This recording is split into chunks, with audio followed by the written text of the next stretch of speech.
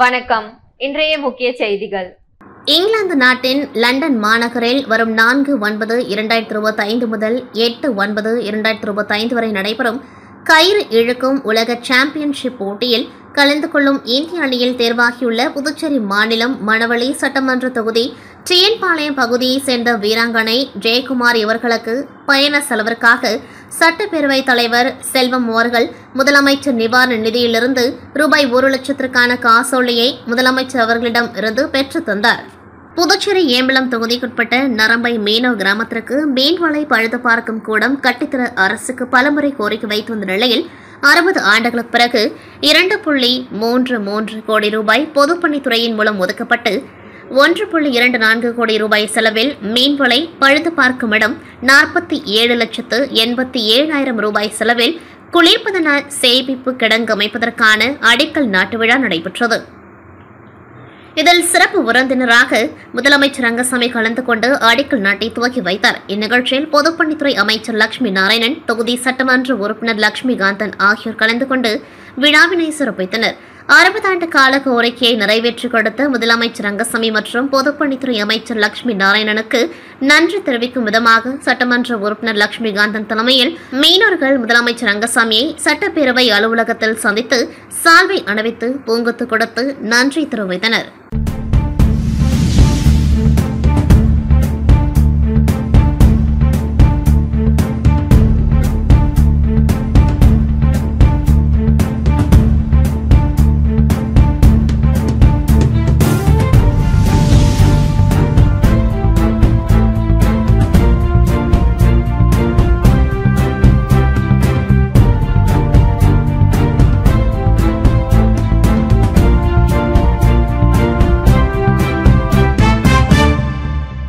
புதுச்சேரி உப்பளம் சட்டமன்ற தொகுதி வம்பாக்கிரபாளையம் பகுதியைச் சேர்ந்த 25 மீனவ சகோதரர்களுக்கு புதிதாக சுற்றுலா படகு விடுவதற்கான ஆணையை முதலமைச்சர் ரங்கசாமி சட்டப்பேரவை வளாகத்தில் வழங்கினார்.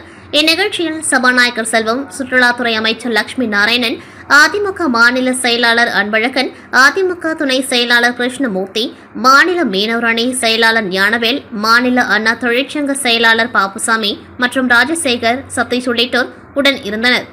ஆணையை பெற்ற அனைவரும் முதலமைச்சர் அவர்களுக்கும் சுற்றுலாத்துறை அமைச்சர் அவர்களுக்கும் பொன்னாடை அணிவித்து நன்றியை தெரிவித்துக் கொண்டார்கள். புதுச்சேரி அரசின் சாலை போக்குவரத்து கழகத்தில் பணிபுரியும் ஒப்பந்த ஊழியர்களை பணி நிரந்தரம் செய்யக்கோரியும் நிரந்தர ஊழியர்களுக்கு 40% அகவிலைப்படி உயர்வு மற்றும் 7வது ஊதியக்குழு பரிந்துரையை அமல்படுத்த கோரி கடந்த 28ஆம் தேதி முதல் ஊழியர்கள் தொடர் வேலைநிறுத்த போராட்டத்தில் ஈடுபட்டு வந்தனர். மேலும் போக்குவரத்து கழக மேலாண் இயக்குநர், அரசு செயலர் மற்றும் முதலமைச்சருடன் ஊழியர்கள் பல்வேறு கட்ட பேச்சுவார்த்தை நடத்தியும் தோல்வியடைந்த நிலையில் ஊழியர்கள் உடனடியாக பணிக்கு திரும்பவில்லை என்றால் எஸ்மா சட்டம் பாயும் என போக்குவரத்து கழக நிர்வாகம் எச்சரிக்கை விடுத்திருந்தது. இந்நிலையில் இன்று 12வது நாளாக தொடர் வேலைநிறுத்த போராட்டத்தில் ஈடுபட்டு வரும் ஊழியர்கள் சட்டப்பேரவையில் முதலமைச்சர் ரங்கசாமியிடம் பேச்சுவார்த்தை நடத்தினர். பேச்சுவார்த்தையின் பொழுது ஒப்பந்த ஊழியர்களுக்கு ரூபாய் 10,000 ஊதியம் உயர்த்தி வழங்கப்பட்டு பணி நிரந்தரம் தொடர்பாக பரிசீலனை செய்யப்படும் என்றும், இதேபோல் நிரந்தர ஊழியர்களுக்கு 25% அகவிலைப்படி உயர்த்தியும் 7வது ஊதியக்குழு பரிந்துரையை நிதி நிலைமைக்கு ஏற்றாற்போல் பரிசீலனை செய்து அமல்படுத்த நடவடிக்கை எடுக்கப்படும் என முதலமைச்சர் ரங்கசாமி உறுதியளித்ததைத் தொடர்ந்து சுமூக தீர்வு எட்டப்பட்டதால் போக்குவரத்து கழக ஊழியர்கள் போராட்டத்தை வாபஸ் பெற்று 12 நாட்களுக்கு பின்னர் மீண்டும் பேருந்துகளை இயக்க துவங்கினர். ஜிப்மரில் புதுச்சேரியின் உரிமை பறிபோவதை முதல்வர் ரங்கசாமி தடுக்க வேண்டும். எதிர்க்கட்சி தலைவர் ராசிவா வலியுறுத்தல். வேலைவாய்ப்பில் புதுச்சேரி மக்களை புறக்கணிக்கும் ஜிப்மர் நிர்வாகத்தை கண்டித்து இன்று திமுக போராட்டம் நடத்தியது.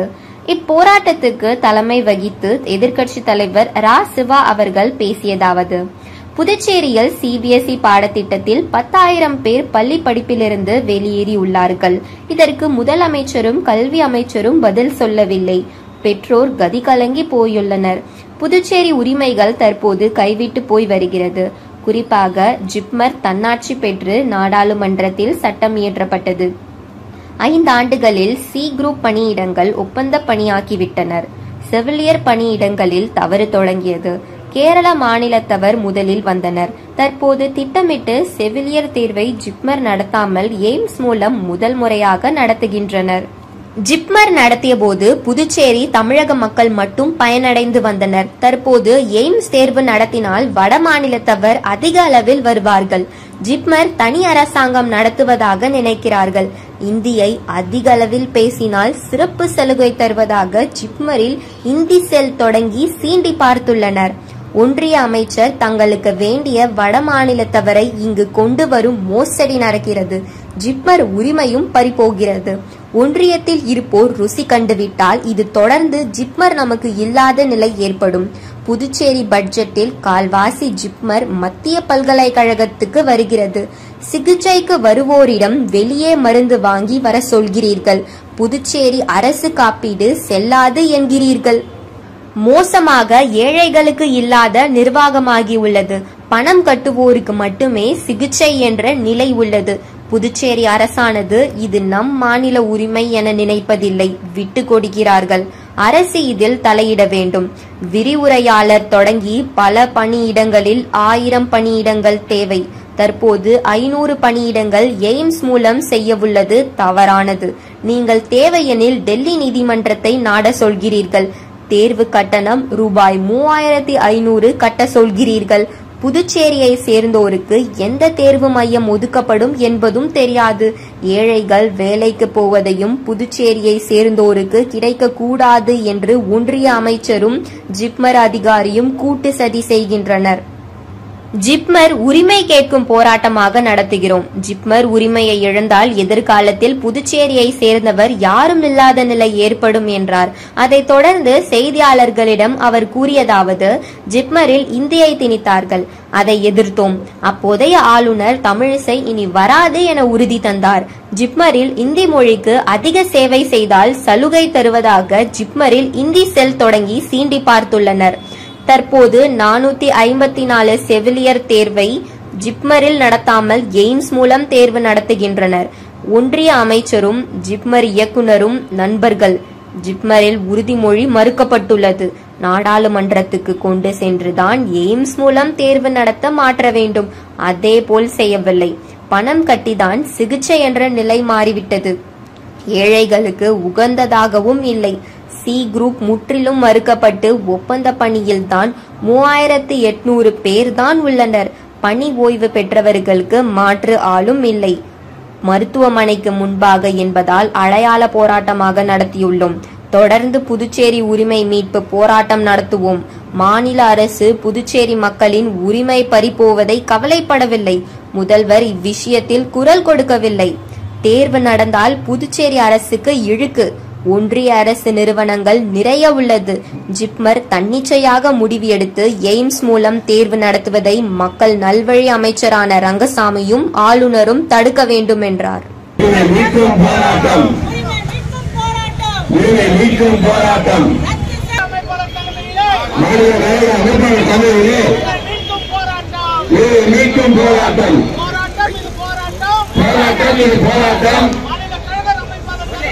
மாநில கழக அமைப்பாளர் தலைமையிலே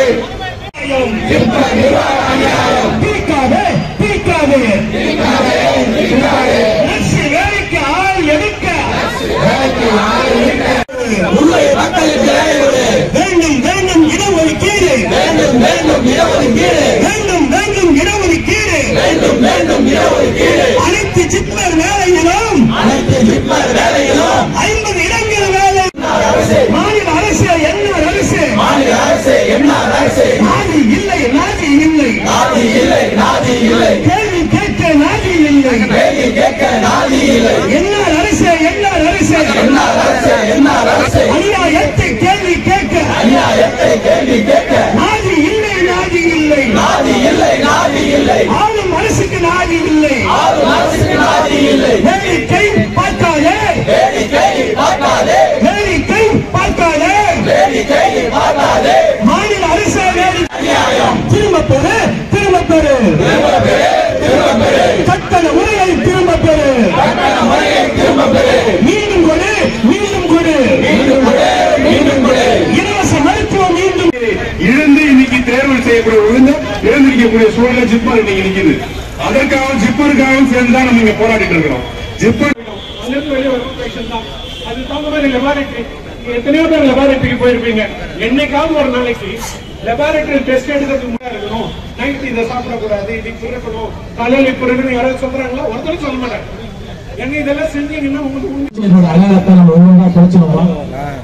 பல நிலைகள்ல எஜுகேஷன் சுத்தமா புதுச்சேரி மக்களுக்கு இல்லாம ஒரு மத்திய அமைச்சரே புதுச்சேரியுடைய கல்வித்துறையை மிக மோசமான ஒரு விமர்சனத்தை வச்சு ஒரு கருத்தை கொடுத்திருக்கிறாரு. 10,000 பேர் டிராப் அவுட் ஆயிட்டாங்க, பள்ளி படிப்பை நிறுத்திட்டான்னு சொல்லக்கூடிய வெக்கக்கேடு புதுச்சேரி வந்திருக்கு. அதுக்கு இது வரைக்கும் கல்வி அமைச்சரோ பொறுப்பேற்ற முதலமைச்சரோ இல்லைன்னு சொல்றேன். இன்னொரு பக்கம் இப்ப புதுச்சேரியில படிக்கக்கூடிய சிபிஎஸ்இ பாடத்தில் படிக்கக்கூடிய அத்தனை குழந்தைகளோட பெற்றோரும் கதிகலங்கி போயிருந்தாங்க. இது ஒரு புறம் இருக்க புதுச்சேரியுடைய உரிமைகளா புதுச்சேரி பெருமையா நினைச்ச ஒரு விஷயமா மாநிலத்தின் பெருமையாக நாங்கள் இத்தனை ஆண்டு காலம் நினைத்து வந்த ஜிப்மர் நிர்வாகம் இன்று இந்த மத்தியிலே பாஜக ஆட்சி வந்த பிறகு படிப்படியாக தன்னுடைய முகத்தை பிஜேபி முகமாக காவி முகமாக காட்டத் தொடங்கியிருக்கின்றது. தொடர்ந்து இங்கே கல்வியிலே நிறைய மாற்றங்களை கொண்டு வந்திருக்கிறார்கள்.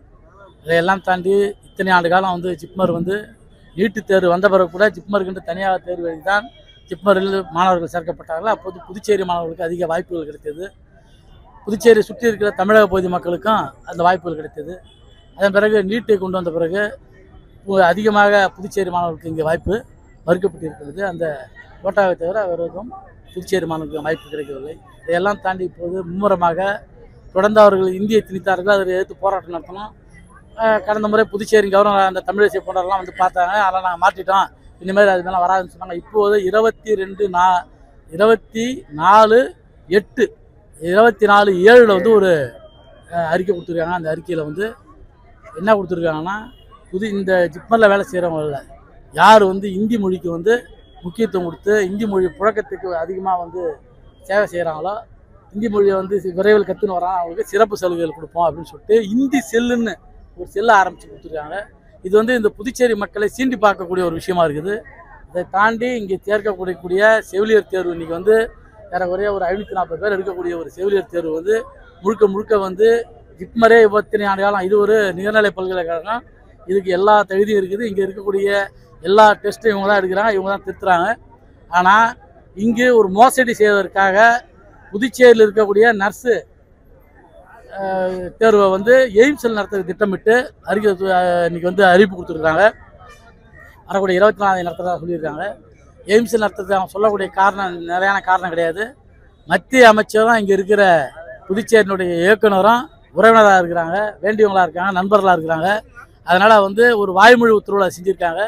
ஜிப்மர் தண்ணீர் பல்கலைக்கழகமாக மாற்றப்படும் போது 2008 அதை மாற்றப்பட்டது. அப்போ கொடுத்த உறுதிமொழி என்னன்னா, புதுச்சேரி மாணவர்களுக்கு பாதிப்பு இல்லாமலும் புதுச்சேரியில் வரக்கூடிய இங்கே வைத்தியம் பார்ப்பவர்களுக்கு பாதிப்பு இல்லாமலும் இங்கே படிக்கின்ற பிள்ளைகளுக்கு பாதிப்பு இல்லாத ஒரு சூழ்நிலை தான் உருவாகும்னு சொல்லியிருந்தாங்க. ஆனால் இன்றைக்கி அதெல்லாம் மறுக்கப்பட்டு ஒரு உத்தரவில் இன்றைக்கி செஞ்சுருக்கிறாங்க. இதை அப்படி செய்யணும்னா மறுபடியும் பார்லிமெண்ட்டில் கொண்டு போயிட்டு இது போல் எய்ம்ஸ் மூலயமா அந்த தேர்வு நடத்த போகிறோம்னு அவங்க சொல்லணும். ஏன்னா அப்போ தான் இந்த ஆர்டர் கொடுத்துருக்குறாங்க. இன்றைக்கி அதெல்லாம் மீறப்பட்டிருக்குது. இதை தாண்டி மருத்துவத்தை பொறுத்த வரைக்கும் முழுக்க இன்றைக்கி கட்டண மருத்துவத்தை கொண்டு வந்துட்டாங்க. 2500 ரூபா ரெட் கார்டு ஹோல்டர்ஸ்க்கு மட்டுமே இங்கே வைத்தியம் பார்க்க ஒரு சூழ்நிலையும், அதுக்கு மேலே இருக்கும் அத்தனை பேருக்குமே பணம் கட்டினா தான் எந்த வைத்தியமும் டெஸ்ட்டில் இருந்து எக்ஸ்ரே எடுக்கிறது எல்லாம் சின்ன விஷயம் கூட எல்லாமே பணம் கட்டி பார்க்கக்கூடிய சூழ்நிலை உருவாக்கிட்டாங்க. இது ஒரு கார்பரேட் கம்பெனி மாரி கொண்டு வந்துட்டாங்க. ஏழைகளுக்கான இடமா இது இல்லைன்ற சூழ்நிலை உருவாகிடுது. இதெல்லாம் கண்டித்து திரும்பவும் ஜிப்மர் நிர்வாகமே இங்கே இருக்க பணியாளர் தேர்வில் A group, B group, C group நடத்துகிற போல எல்லாத்தையுமே நடத்தணும். அதே போல் சி குரூப்பு முழுக்க ஒழிக்கப்பட்டு இங்கே இருக்கக்கூடிய கடனில் உள்ள அனைவருக்குமே வாய்ப்பு இல்லாமல் புதுச்சேரியை சேர்ந்தவங்களுக்கு ஒரு 10,000-12,000 ரூபா கான்ட்ராக்டில் 3,800 பேரை வச்சுருக்காங்க, கொஞ்சமும் ஆள் எடுக்காமல். ஏன்னா ஜிப்மர் தொடங்கப்பட்ட போது எடுக்கப்பட்ட ஆட்கள் எல்லாம் இன்றைக்கி வழிவகுப்பட்டாங்க. அவங்களுக்கெல்லாம் மாற்று ஆள் எடுக்கலை. இன்றைக்கி புதுச்சேரி மக்களுக்கு கிடைக்கக்கூடிய ஒரு வாய்ப்பு அது. அதே இந்த நிர்வாகம் இன்றைக்கி மறுத்து இருக்குது. இதெல்லாம் கண்டித்து இன்றைக்கி போராட்டம் பண்ணியிருக்கின்றோம். இன்றைக்கி மருத்துவமனைக்கு முன்னாடி நடக்கக்கூடிய இந்த போராட்டன்றதால இதை மறியலாவோ கைது செய்யப்படக்கூடிய ஒரு போராட்டமாக நடத்தலை. இது அடையாள போராட்டமாக மத்திய அரசுக்கும் மத்திய அமைச்சருக்கும் இங்கே இருக்க நிர்வாகத்திற்கும் புதுச்சேரி மக்களுடைய குரலாக திராவிட முன்னேற்ற இன்றைக்கி குரல் கொடுத்திருக்கிறது. தொடர்ந்து நாங்கள் குரல் கொடுப்போம். எங்களுடைய உரிமையை மீட்கும் வரை, புதுச்சேரி மண்ணினுடைய பெருமையை, எங்களுடைய உரிமையை மீட்கும் வரை போராடுவோம். மாநில அரசு இந்த விவகாரத்தில் எந்த நடவடிக்கை எடுக்கல? மாநில அரசுன்னு ஒன்று இருக்குதான்னு தெரியல. மாநில அரசு இந்த விஷயத்தில் அது அவங்களோட பிரச்சனை இல்லை. இது புதுச்சேரி மக்களுடைய பிரச்சனை, புதுச்சேரி மக்களுடைய உரிமை பிரச்சனை. நம்மக்கிட்ட இருக்கிற ஒரு உரிமையை நீங்கள் பறி விடுகிறீங்க. அந்த ஒரு எண்ணம் கூட இல்லாமல் அதை பற்றி கவலையே படாமல் இருக்கிறீங்க. நாங்கள் ஏற்கனவே ஒரு 3 நாளைக்கு முன்னாடி ஒரு அறிக்கை கொடுத்துருந்தேன். அதுக்கான எவிடன்ஸ் எல்லாம் வச்சு கொடுத்துருந்தோம். முதலமைச்சர்கிட்ட சந்தித்து இதை சொல்லியிருக்காங்க. அப்படி இருந்தால் அவர் இது வரைக்கும் இது குரல் கொடுக்கல. இந்த தேர்வு நடந்ததுன்னா இந்த அரசாங்கத்துக்கு மிகப்பெரிய இழுக்கு.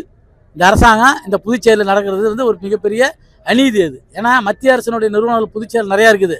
அதில் இருக்கக்கூடிய ஆட்கள்லாம் கூட சி குரூப் ஆட்கள்லாம் வந்து புதுச்சேரி சேர்ந்தவங்களுக்கு வாய்ப்பு கொடுத்துருக்குறாங்க.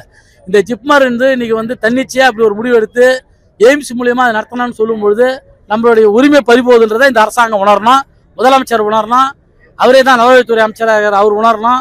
இந்த கவர்னர் புதுச்சேரிக்கு நல்லது செய்யணும்னு சொல்லிட்டு வந்திருக்கிற கவர்னர் வந்து புதுச்சேரியினுடைய உரிமை ஒன்று ஒன்றா பறிபோகிறத அவர் தடுக்கணும்.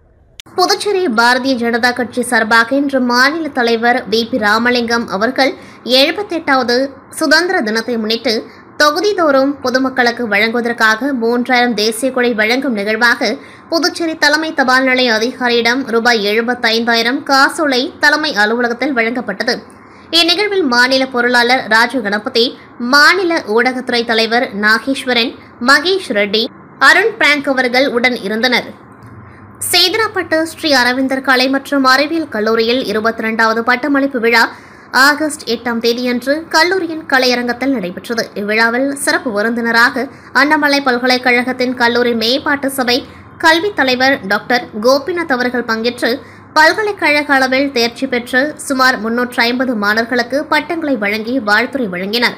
கல்லூரி தலைவர் நித்யானந்தன் அவர்கள் தலைமையில் இவ்விழாவானது சிறப்புடன் நடைபெற்றது. மேலும் கல்லூரி முதல்வர் டாக்டர் என் சிவசங்கரி அவர்கள் வரவேற்புரை வழங்கி பட்டமளிப்பு ஆண்டறிக்கையை வாசித்தார். கல்லூரி நிர்வாக அதிகாரி திலகவதி, கல்லூரி பேராசிரியர்கள், நிர்வாக ஊழியர்கள், NSS ஒருங்கிணைப்பாளர்கள், மாணவர்கள் மற்றும் பெற்றோர்கள் கலந்து கொண்டு விழாவினை சிறப்பித்தனர்.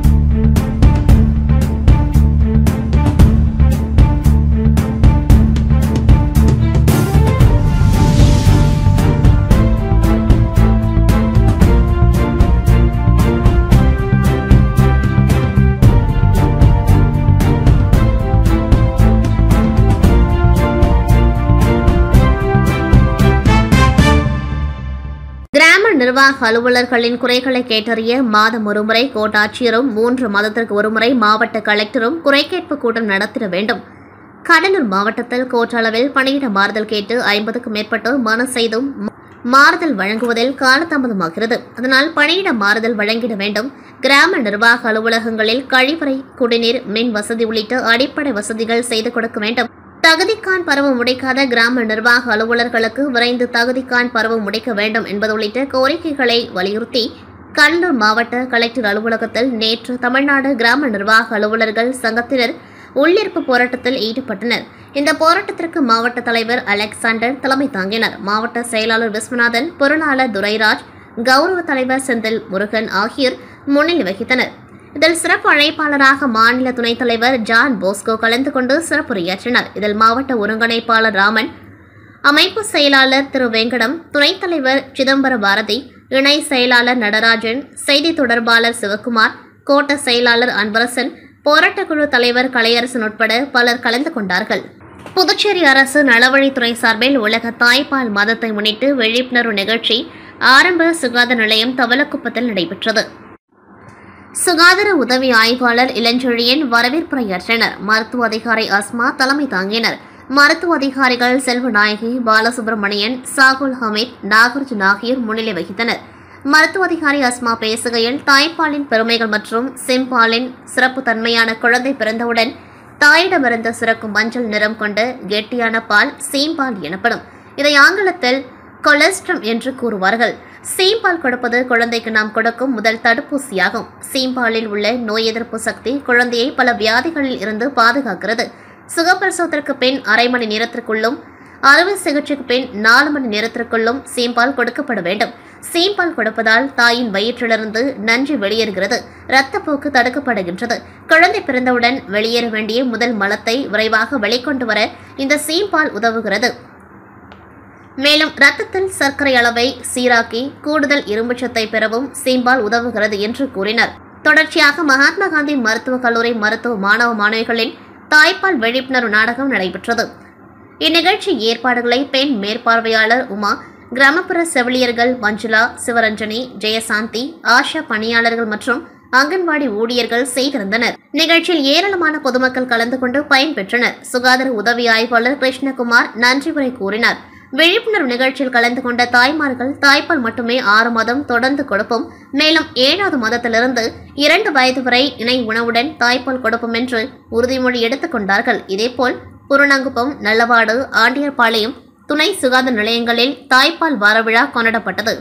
கடலூர் தேவனாப்பட்டினம் மீனவ கிராமத்தில் அமைந்துள்ள ஸ்ரீ திரௌபதி அம்மன் கோவிலில் ஆண்டுதோறும் ஆடி மாதம் தீமிதி திருவிழா நடைபெறுவது வழக்கம். ஆனால் பல்வேறு காரணங்களால் கடந்த 21 ஆண்டுகளாக இந்த திருவிழா நடைபெறவில்லை. இந்நிலையில் 21 ஆண்டுகளுக்கு பிறகு கடந்த 27ஆம் தேதி கொடியேற்றத்துடன் இந்த திருவிழா தொடங்கியது. இதனைத் தொடர்ந்து 6ஆம் நாள் திருவிழாவில் பாரிவேட்டு நிகழ்ச்சி பிரம்மாண்டமாக நடைபெற்றது. திருவிழாவின் முக்கிய பகுதியாக கருதப்படும் பாரிவேட்டு நிகழ்ச்சியில் அரக்கனை வதை செய்யும் திரௌபதி அம்மனின் வீரமான காட்சி பக்தர்களை ஈர்க்கும் வகையில் சிறப்பாக நடைபெற்றது. கருட வாகனத்தில் கிருஷ்ணரும், குதிரை வாகனத்தில் அர்ஜுனரும், சிம்ம வாகனத்தில் திரௌபதி அம்மனும் சிறப்பு அலங்காரத்தில் வான வேடிக்கையுடன் பாரிவேட்டு நிகழ்ச்சி நடைபெற்றது.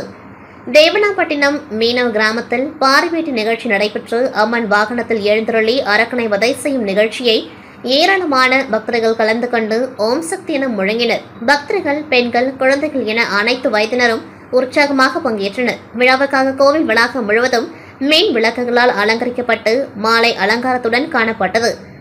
மேலும் பாரிவேட்டு நிகழ்ச்சியை முன்னிட்டு காவல்துறையினர் பாதுகாப்பு பணியில் ஈடுபட்டிருந்தனர். இவ்விழா தேவனாப்பட்டினம் பகுதியில் உள்ள மக்களிடையே திரௌபதி அம்மனின் அருள் பெருமையை உணர்த்தும் வகையில் மிக சிறப்பாக நடைபெற்றது. ஆந்திர மாநிலத்தை சேர்ந்த சுப்பிரமணி என்பவர் கடந்த 25 ஆண்டுகளாக புதுச்சேரி உப்பளம் சாலை ரயில் நிலையம் அருகே குடும்பத்துடன் சாலையோரத்தில் குடில் அமைத்து தங்கி மூங்கில் பொருட்களை விற்பனை செய்து வருகின்றார். இந்நிலையில் இவர் நாய் மற்றும் பூனைகளை வெட்டி உணவாக உட்கொள்வதாக வாய்ஸ் ஃபார் வாய்ஸ்லெஸ் விலங்கு நல அமைப்பு தலைவர் அசோக் ராஜுக்கு தகவல் கிடைத்ததை தொடர்ந்து அவர் அங்கு சென்று பார்த்துள்ளார். அப்பொழுது அவர்கள் சில மாமிசத்தை வெட்டி சமைப்பதற்கு தயார் செய்து கொண்டிருந்தனர். உடனடியாக அருகே சென்று பார்த்துள்ளனர்.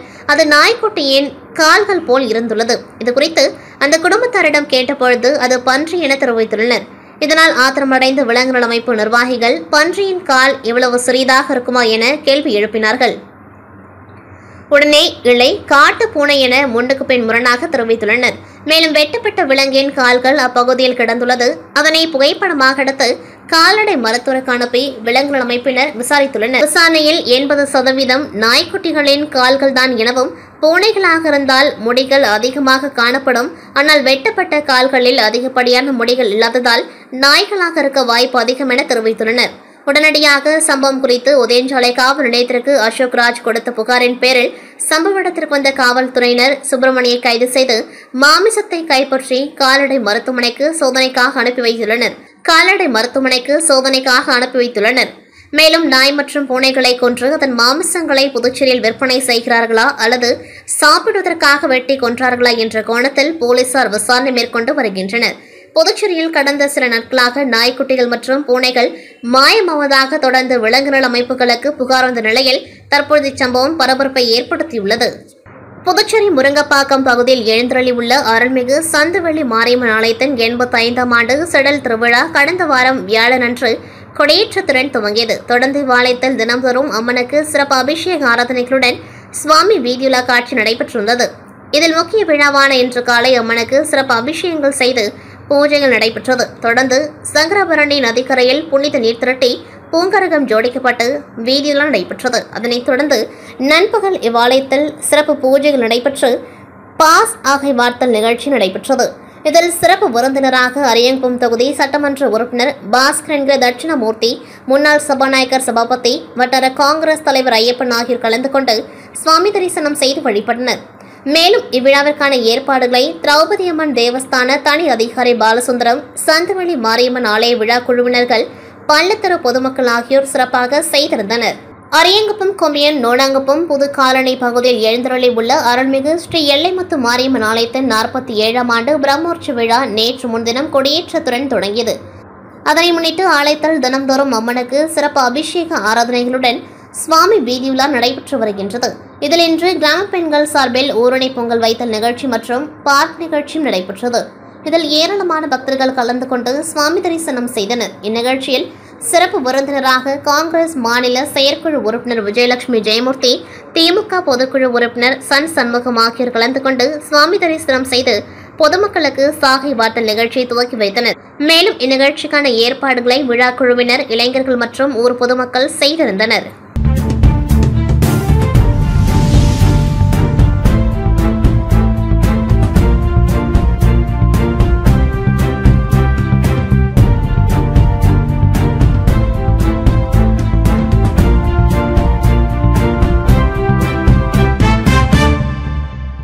புதுச்சேரி அரசு வருவாய் மற்றும் பேரிடர் மேலாண்மை துறை மூலம் ராஜீவ்காந்தி சமூக பாதுகாப்பு திட்டத்தின் கீழ் மணவெளி சட்டமன்ற தொகுதியைச் சேர்ந்த குடும்ப தலைவரை இழந்த 8 குடும்பங்களுக்கு நிதி உதவிக்கான அரசாணைகளை தொகுதி சட்டமன்ற உறுப்பினரும் சட்டப்பேரவைத் தலைவருமான செல்வம் அவர்கள் இன்று பயனாளிகளுக்கு வழங்கினார். இந்த நிகழ்ச்சியில் அப்பகுதி முக்கிய பிரமுகர்கள் கிருஷ்ணமூர்த்தி ரெட்டியார், தொகுதி தலைவர் லட்சுமிகாந்தன், தொகுதி பொதுச் செயலாளர் சக்திவேல் உள்ளிட்டவர்கள் உடன் இருந்தனர்.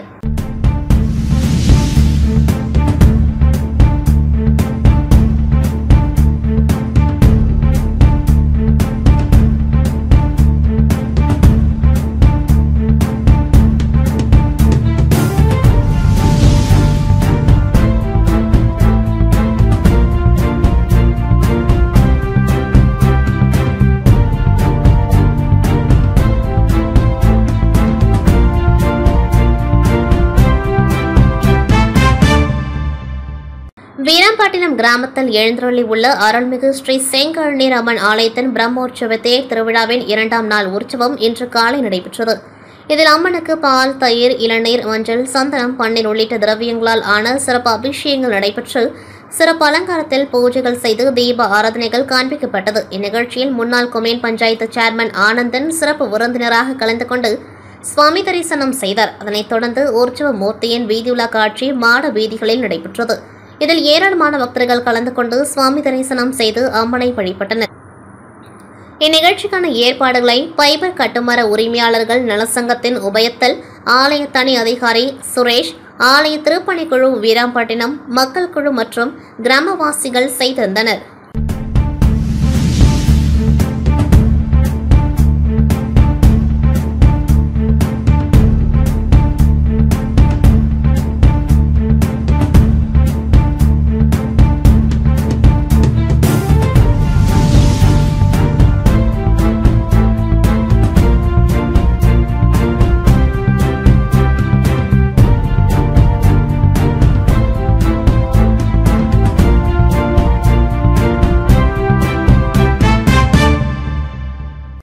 அரியங்குப்பம் தொகுதிக்குட்பட்ட முருங்கப்பாக்கம் தீரர் சத்தியமூர்த்தி அரசு மேல்நிலைப் பள்ளியில் மாணவர்களுக்கு பள்ளி சீருடைகளை வழங்கும் நிகழ்ச்சி நடைபெற்றது. பள்ளியின் துணை முதல்வர் ஸ்ரீ சீதா தலைமையில் நடைபெற்ற நிகழ்ச்சியில் பள்ளியின் தலைமை ஆசிரியர் நிலை 1 சுபாங்கி அனைவரையும் வரவேற்றார். சிறப்பு அழைப்பாளராக சட்டமன்ற உறுப்பினர் பாஸ்கர் என்கிற தட்சிணாமூர்த்தி கலந்து கொண்டு சிறப்புரையாற்றி மாணவர்களுக்கு சீருடைகளையும் சீருடை தைப்பதற்கான ரொக்கமும் வழங்கினார். நிறைவாக தமிழ் விரிவுரையாளர் திலகம் நன்றி உரையாற்றினார். இந்த நிகழ்ச்சிகளை தமிழ் ஆசிரியர் விஜயா தொகுத்து வழங்கினார். விழாவிற்கான ஏற்பாடுகளை இருபால் ஆசிரியர்கள் மற்றும் பள்ளியின் ஊழியர்கள் செய்திருந்தனர். மேலும் இந்த நிகழ்ச்சியில் அப்பகுதியை சார்ந்த என்ஆர் காங்கிரஸ் நிர்வாகிகள் மற்றும் கூட்டணி கட்சியினர், பள்ளியின் ஆசிரியர்கள், மாணவர்கள் பலர் கலந்து கொண்டார்கள். இத்துடன் செய்திகள் முடிவடைகின்றன. நன்றி, வணக்கம். இத்துடன் செய்திகள் முடிவடைகின்றன. நன்றி, வணக்கம்.